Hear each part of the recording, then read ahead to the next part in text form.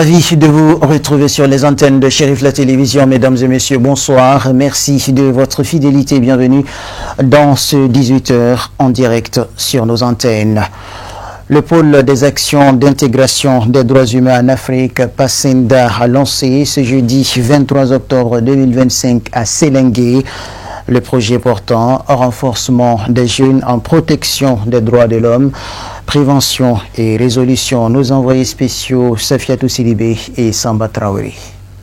Aucun conflit n'est à l'avantage des communautés car tous les conflits sont destructeurs. Afin de pallier à cela, le pôle des actions d'intégration des droits humains en Afrique, PASENDA, vient de lancer à Sélingué, à l'instar de plusieurs autres localités du pays, le projet de renforcement des capacités des jeunes et femmes leaders en prévention et médiation des conflits communautaires, un projet financé par le ministère des Affaires étrangères du Danemark. Le choix des jeunes et des femmes, c'est tout à fait simple.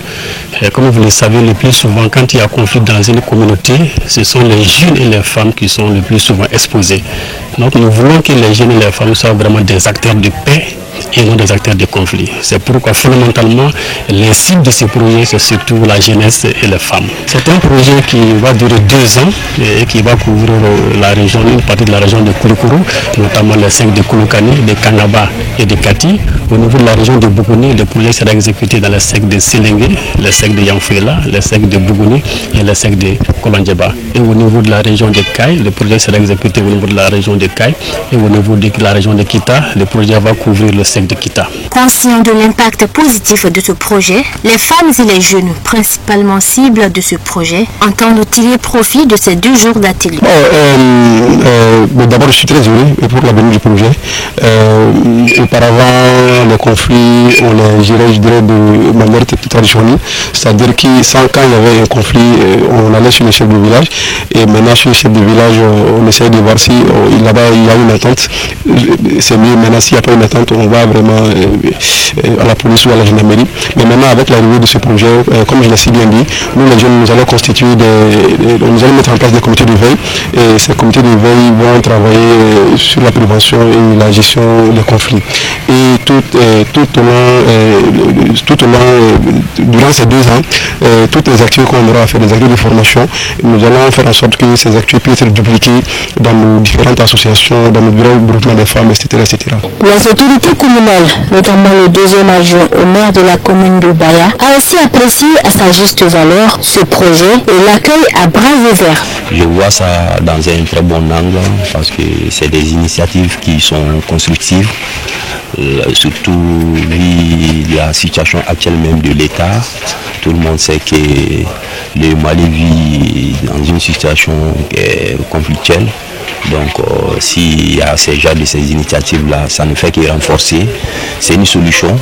Donc le PASENDA vient de nous apporter une solution à nous faciliter beaucoup de choses. Nos attentes se situent à 2 niveaux. Tout d'abord, que ces zones-là soient le maximum pacifiées.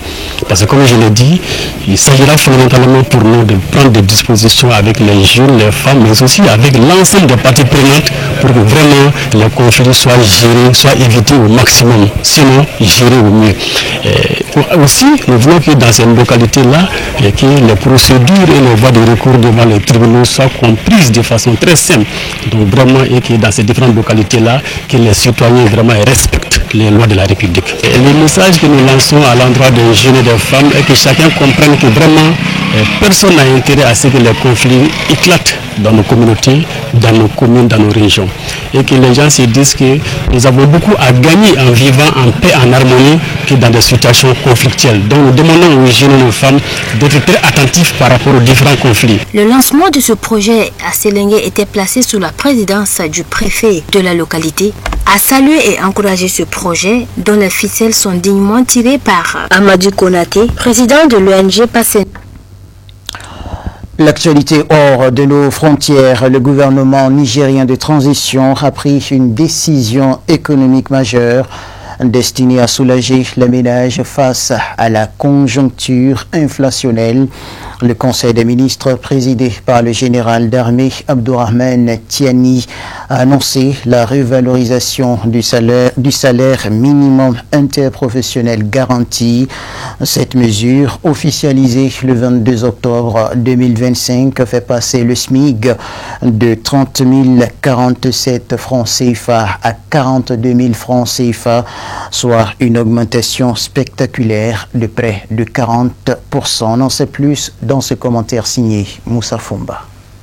Cette initiative vise à améliorer concrètement les conditions de vie des travailleurs et s'inscrit dans la volonté des autorités de transition d'opérer une refondation sociale et économique. Une hausse significative du SMIC n'est pas un acte isolé. Elle répond directement aux revendications formulées de longue date par les partenaires sociaux et les syndicats nigériens. Le ministère de la fonction publique, du travail et de l'emploi est à l'origine de cette initiative qui se veut un signal important en faveur du pouvoir d'achat des travailleurs. Dans un contexte économique où l'inflation pèse lourdement sur les ménages, l'augmentation du revenu minimum est un mécanisme essentiel pour éviter la paupérisation. En agissant ainsi, les autorités de transition cherchent à démontrer leur engagement envers le bien-être de la population et à soutenir la cohésion sociale à un moment critique pour le pays. Au-delà de la simple augmentation du seuil minimal, le Conseil des ministres a également adopté un décret associé visant à harmoniser les salaires minima par catégorie professionnelle.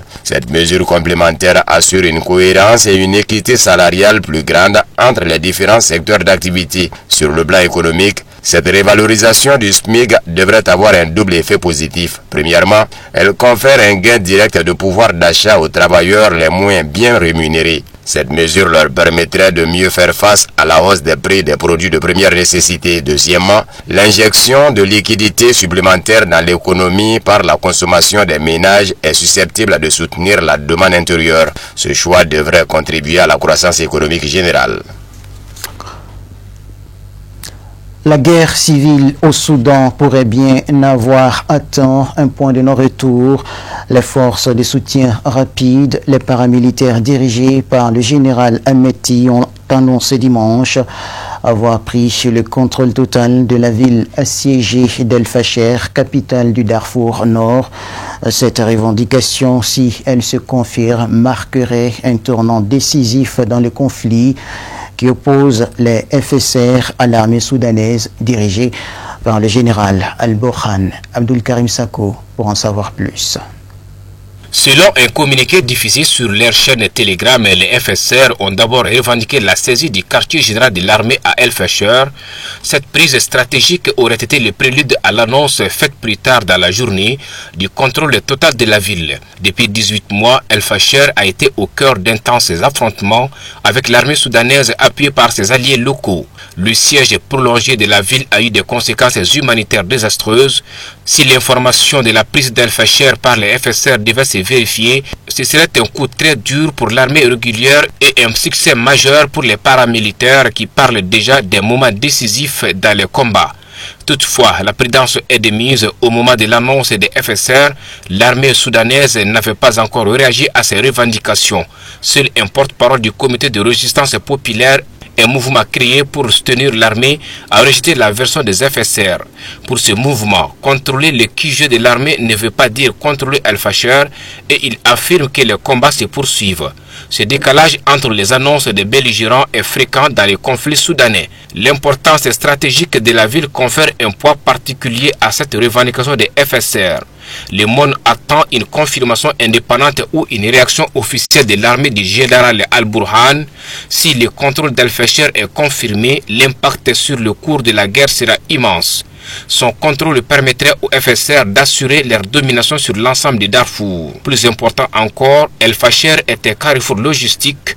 La même mise sur la ville faciliterait grandement la circulation des hommes et des armes des FSR, notamment depuis le Tchad et le sud de la Libye. Enfin, la région est riche en ressources importantes comme l'or. La prise d'El Fasher permettrait aux paramilitaires de s'assurer le contrôle de ces flux financiers essentiels pour la poursuite de leurs efforts de guerre.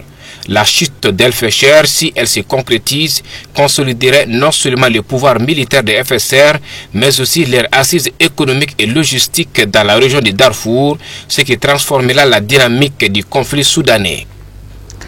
L'actualité africaine sur un autre volet. À 81 ans, le président Yoweri Museveni s'apprête briguer un nouveau mandat l'année prochaine, ce qui prolonge une ère de règne qui a débuté en 1986. Pourtant, au-delà des urnes, sa main de fer sur l'Ouganda repose de plus en plus sur une unité militaire d'élite souvent masquée et lourdement armée, le commandement des forces spéciales. Moussa Fomba pour en savoir plus.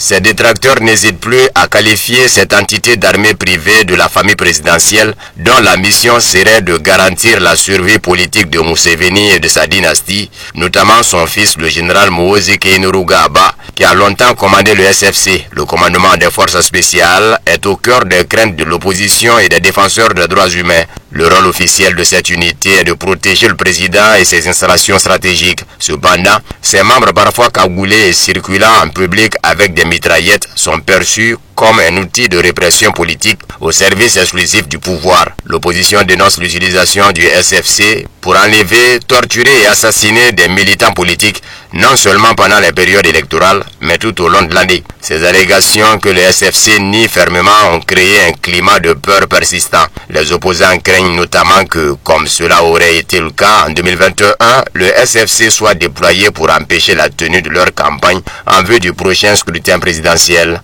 L'inquiétude monte d'un cran. À l'approche de la présidentielle, en plus des actions du SFC, la police ougandaise a récemment annoncé le recrutement massif de 100 000 agents spéciaux pour une période de 3 mois, officiellement pour encadrer la sécurité du vote. Pour les défenseurs des droits humains, cette mesure est très préoccupante. L'histoire récente a justifié les craintes. La présidentielle de 2021 a été la plus militarisée de l'histoire de l'Ouganda. Elle a été marquée par une présence massive de l'armée et de la police qui a conduit à la mort d'une 50aine de personnes lors d'affrontements et de manifestants. L'intimidation exercée par les forces de sécurité est déjà perceptible sur le terrain. Le principal candidat d'opposition, Robert Kyagulanyi, alias Bob Wine, est constamment encadré par une forte présence policière qui semble l'empêcher de faire campagne librement dans certaines zones. Selon les observateurs, cette présence policière excessive crée un climat de peur qui pourrait dissuader les électeurs de se rendre aux urnes. La situation pourrait entraîner de fait une privation du droit de vote pour une partie de la population dans un pays où, depuis l'indépendance en 1962, le pouvoir n'a changé de main que par la force. Le rôle ambigu de cette armée de l'ombre et la militarisation des élections confirment que la stabilité de l'Ouganda est maintenue par une main de fer plus que par un véritable processus démocratique. Sans transition, voyons ce qui constitue l'essentiel de l'actualité internationale en bref et en images.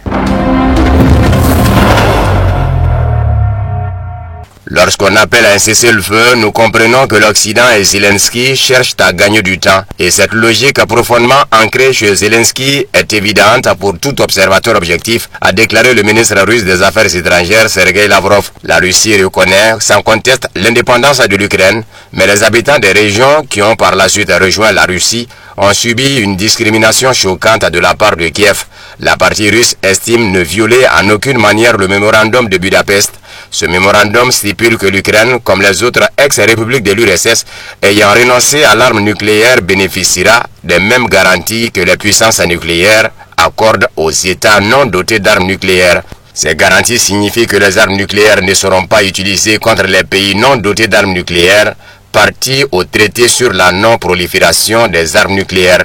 Parallèlement au mémorandum de Budapest, les mêmes parties ont signé une déclaration où elles promettent de respecter les principes de l'OSCE, notamment les droits des minorités ethniques, la démocratie et la liberté d'expression. Au dire du chef de la diplomatie russe, le régime de Kiev a violé de manière flagrante toutes ses obligations reflétées dans le document de l'OSCE et réaffirmées lors de l'adoption du mémorandum de Budapest.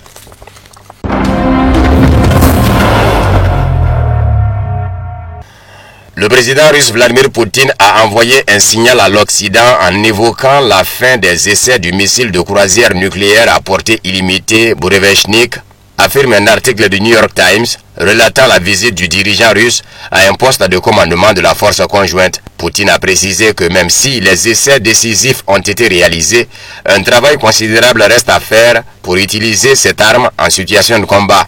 Lors de son discours à l'Assemblée fédérale en mars 2018, Poutine a déclaré que la Russie avait développé un système compact de production d'énergie nucléaire pouvant être utilisé dans un missile de croisière, lui conférant une portée pratiquement illimitée. Comme l'a souligné le président russe, ce missile volera à basse altitude, sera à peine visible, aura une trajectoire imprévisible et sera équipé d'une charge nucléaire. Le développement du missile a commencé après le retrait des États-Unis du traité sur les missiles antibalistiques de 1972 en décembre 2001. Le Pentagone a reconnu que le missile Burevestnik est capable de lancer des frappes pratiquement depuis n'importe quel vecteur grâce à sa portée et son autonomie extrême. Le président américain Donald Trump a déclaré qu'il souhaiterait rencontrer Kim Jong-un lors de son voyage en Asie si le dirigeant nord-coréen est intéressé. Je n'ai rien dit, mais j'aimerais beaucoup le rencontrer s'il le souhaite. Je m'entendais très bien avec Kim Jong-un, je l'appréciais et il m'appréciait. S'il souhaite me rencontrer, je serai en Corée du Sud, a déclaré Trump aux journalistes à bord d'Air Force One en route pour le Japon. Interrogé sur son intention de prolonger son voyage pour rencontrer Kim, Trump a répondu qu'il n'y avait pas pensé, mais qu'il pensait que la réponse serait oui. Selon lui, les sanctions américaines contre la Corée du Nord pourraient figurer à l'ordre du jour de la rencontre. Caroline Leavitt, attachée de presse de la Maison-Blanche, a annoncé jeudi que le président américain se rendrait en Malaisie, au Japon et en Corée du Sud. Outre les entretiens bilatéraux, il participera également à des événements de l'Association des Nations de l'Asie du Sud-Est et de la coopération économique Asie-Pacifique.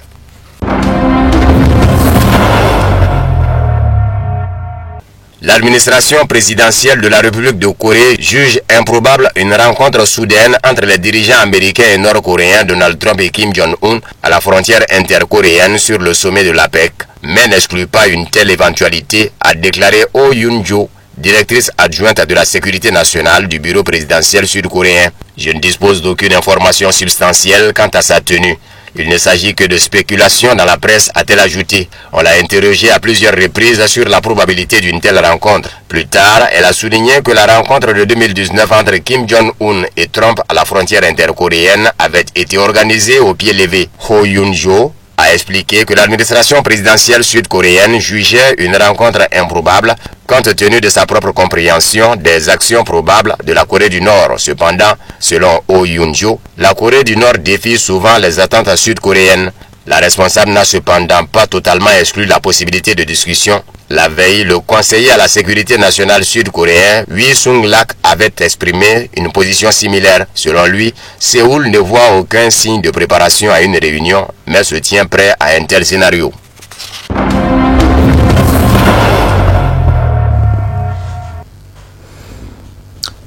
Que Dieu bénisse et protège le Mali. C'est la fin de cette édition d'information. Merci à vous de l'avoir suivi. Bonne suite de programme sur nos antennes. Bonsoir.